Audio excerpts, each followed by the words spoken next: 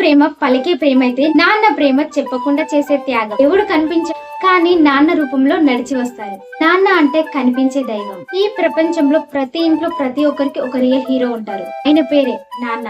నాన్న అంటే బయట కఠినంగా కనిపించే మనిషి, కానీ మన కోసం కరిగిపోతూ బతికే మనిషి. ఇంట్లో అమ్మతో మనం ఎంత మంచిగా మాట్లాడతామో నాన్నతో మాట్లాడేటప్పుడు కొంచెం తడబడతాం.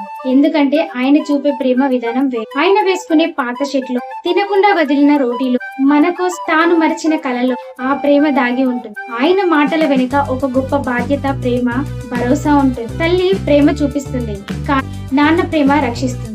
నాన్న అనేది ఒక పదం కాదు, జీవితాన్ని నడిపించే శక్తి. నాన్న గురించి ఎంత చెప్పినా తక్కువే. ఆయనకి కావాల్సింది మన విజయం, మన ఆనందం.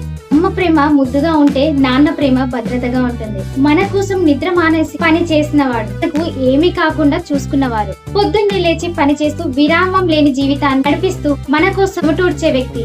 ఆయన ముఖంలో నవ్వు ఉండకపోయినా మన నవ్వు కోసం 1000 పనులు చేసే మనిషి. ఎన్ని చిరునవ్వులు మనం బయటకి చూపించినా అసలైన జీవిత పోరాటం ఆయనే చేస్తారు.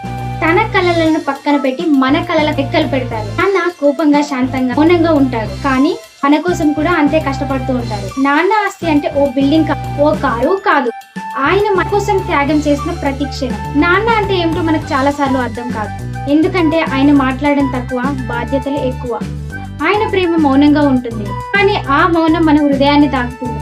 నాన్న ప్రేమ మాట్లాడదు, కానీ జీవితం మొత్తానికి అర్థాన్ని చెప్తుంది. నాన్న, మీకోసం నేను ఎంత చేసినా తక్కువే, కానీ ఈ ఒక్క మాట గుండెల నిండా చెప్తున్నాను. ఐ లవ్ యూ నాన్న. ఆ విజయాల వెనుక నీ మౌనమే ఉంటుంది.